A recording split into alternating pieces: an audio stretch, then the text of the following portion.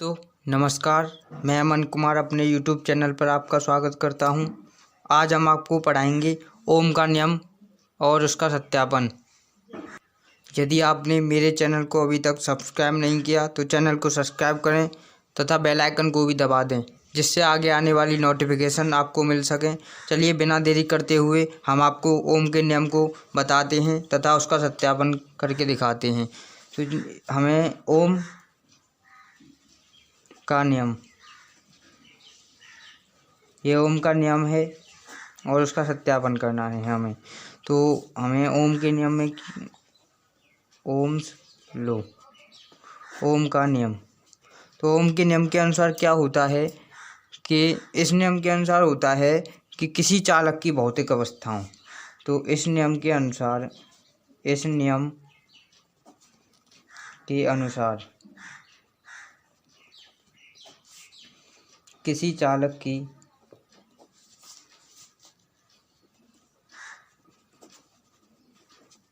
भौतिक अवस्थाओं, जो चालक की भौतिक अवस्थाएं होती हैं, अगर उनको हम नहीं बदलें, उनको ऐसे की ऐसे ही रहने दें, तो इसमें क्या होता है कि उनके स्रोत पर जो लगने वाला विभवांतर और उनमें जो प्रवाहित धारा होती है, उन दोनों का अनुपात नियत होता है। तो इस नियम के अनुसार किसी चालक की भौतिक अवस्थाओं, जैसे हमारे पास भौतिक अवस्था बहुत सी होती हैं, जैसे ताप है, दाब है और अन्य भी होती हैं, जैसे ताप दाब आदि को स्थिर रखा जाए, मतलब परिवर्तित नहीं किया जाए, परिवर्तित नहीं किया जाए। तो चालक के सिरों पर लगने वाला विभवांतर,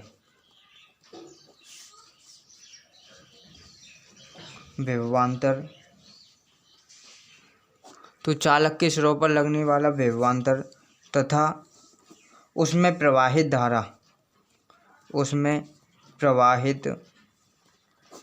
धारा, का अनुपात नियत होता है।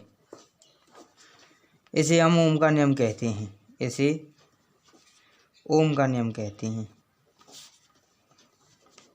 नियम कहते हैं। तो ओम के नियम के अनुसार हमारे पास क्या परिभाषा से हमें प्राप्त होगा कि इस नियम के अनुसार किसी चालक की भौतिक अवस्थाओं जैसे ताप दाब आदि को परिवर्तित नहीं किया जाए, तो चालक के स्रोत पर लगने वाला जो विभवांतर है तथा उसमें प्रवाहित धारा का अनुपात नियत होता है। इसे हम ओम का नियम कहते हैं। तो इसके अनुसार है कि उसके स्रोत पर लगने वाला विभवांतर तथा उसमें प्रवाहित धारा जो V/I होता है, वो होता है हमारा एक कांस्टेंट होता है, जिसे नियतांक कहते हैं।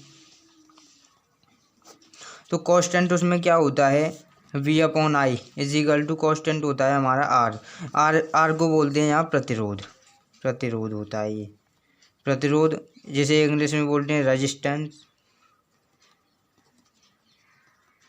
तो हमें प्रतिरोध की परिभाषा भी इसी नियम के अनुसार प्राप्त हो जाएगी। प्रतिरोध की परिभाषा कैसे बनेगी, रेजिस्टेंस, प्रतिरोध। तो प्रतिरोध की हमें परिभाषा बनानी है अब। तो प्रतिरोध की परिभाषा कैसे बनेगी, किसी चालक के सिरों पर लगने वाले विभवांतर तथा उसमें प्रवाहित धारा के अनुपात को प्रतिरोध कहते हैं, वैद्युत प्रतिरोध कहते हैं। तो मतलब किसी चालक के सिरों पर लगने वाले विभवांतर तथा उसमें प्रवाहित धारा, वैद्युत धारा के अनुपात को अनुपात को वैद्युत प्रतिरोध कहते हैं। वैद्युत प्रतिरोध कहते हैं। ये हमारे पास प्रतिरोध की भी परिभाषा निकल आई। प्रतिरोध की परिभाषा से सूत्र इसी से बन जाएगा, V/I। ये इसका सूत्र हो जाएगा। इसका मात्रक हो जाएगा क्या, विभवांतर का मात्रक होता है वोल्ट और धारा का मात्रक होता है एम्पियर। तो हमारा इसका मात्रक वोल्ट प्रति एम्पियर भी हो जाएगा, या इसे हम ओम बोल देते हैं। इसका मात्रक शॉर्ट में ओम हो जाता है। इसे ऐसे इस प्रकार दर्शाते हैं। ये इस प्रकार हमारा ओम का नियम हो गया। अब हमें इसका सत्यापन करना है, तो इसके सत्यापन के लिए हमें थोड़ी इसके पीछे करके दिखाते हैं इसका सत्यापन किस प्रकार से किया जाता है। तो इसके सत्यापन के लिए मान लिया हमने एक ये बैटरी है, ये इसका प्लस सिरा है, ये इसका माइनस सिरा है। तो यहाँ लिख देते हैं ओम के नियम का सत्यापन। ओम के नियम का सत्यापन। ओम के नियम का सत्यापन करेंगे हम, तो इसके लिए हमें क्या है, एक बैटरी ली है हमने।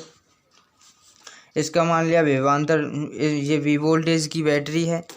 इसके लिए हमने एक बैटरी ली है तथा इधर हमने एक कुंजी लगा दी है। कुंजी मतलब चटकनी लगा दी है। इसे K से व्यक्त करते हैं। तो ये इस प्रकार हमने चटकनी लगा दी है। इसके श्रेणी क्रम में हमने एक अमीटर जोड़ दिया है A, जिसका ये प्लस सिरा है, ये इसका माइनस सिरा है। अमीटर जुड़ा हुआ है। इसको यहाँ आगे बढ़ाते हैं। यहाँ हमने एक प्रतिरोध लगा दिया, ये इस प्रकार का प्रतिरोध है।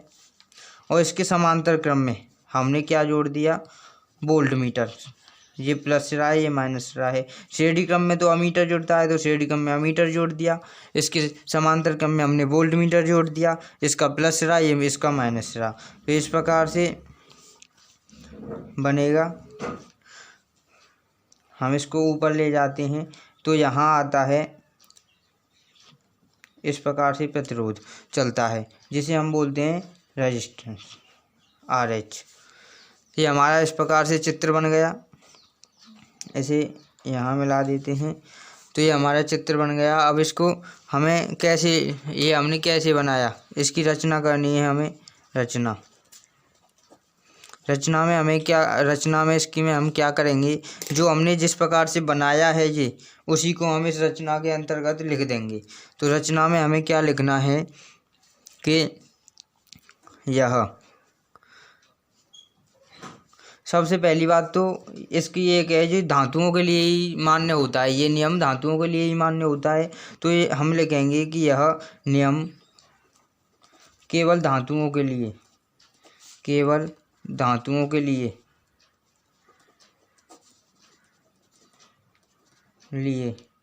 लागू होता है। यह नियम केवल धातुओं के लिए लागू होता है। तो हम क्या करते हैं, इसके लिए हम एक छड़ लेते हैं जो किसकी बनी होती है, यूरेनियम की भी हो सकती है, टंगस्टन की भी हो सकती है, मैग्नीशियम की भी हो सकती है। तो एक छड़ लेते हैं जो यूरेनियम की होती है, या मैग्नीशियम का तार लेते हैं, जिसे हम प्रतिरोधक का तार कहते हैं, जिसे प्रतिरोधक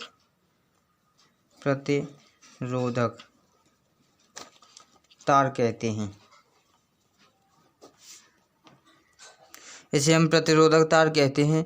तो हमें क्या करना है, इसके श्रेणी क्रम में हमने एक कुंजी जोड़ी तथा एक अमीटर जोड़ा और धारा नियंत्रक जोड़ा तथा इसके समांतर क्रम में एक वोल्ट मीटर जोड़ा।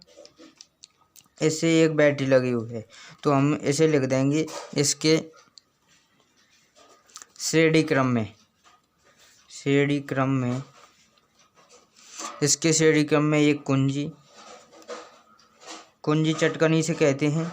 कुंजी होती है चटकनी। एक कुंजी, अमीटर, धारा नियंत्रक, एक धारा नियंत्रक हो गया तथा एक वोल्ट मीटर तथा वोल्ट मीटर, एक वोल्ट मीटर तथा बैटरी लगाते हैं और बैटरी लगाते हैं।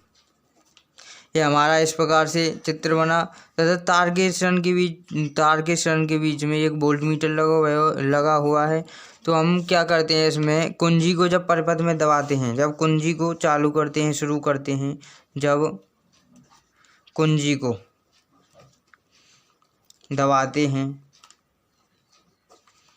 तो विद्युत धारा परिपथ में बहने लग जाती है। तो विद्युत धारा परिपथ में बहने लगती है। तो विद्युत धारा परिपथ में बहने लगती है, जिसका मान हम अमीटर में, अब क्या करते हैं, अब हम यहाँ से लिखेंगे कि जिसका मान हम अमीटर में तथा विभवांतर वोल्ट मीटर में नोट करते हैं। हम इन दोनों का मान नोट कर लेते हैं तथा धारा नियंत्रक होता है जो हमारा धारा नियंत्रक से कई बार धारा का मान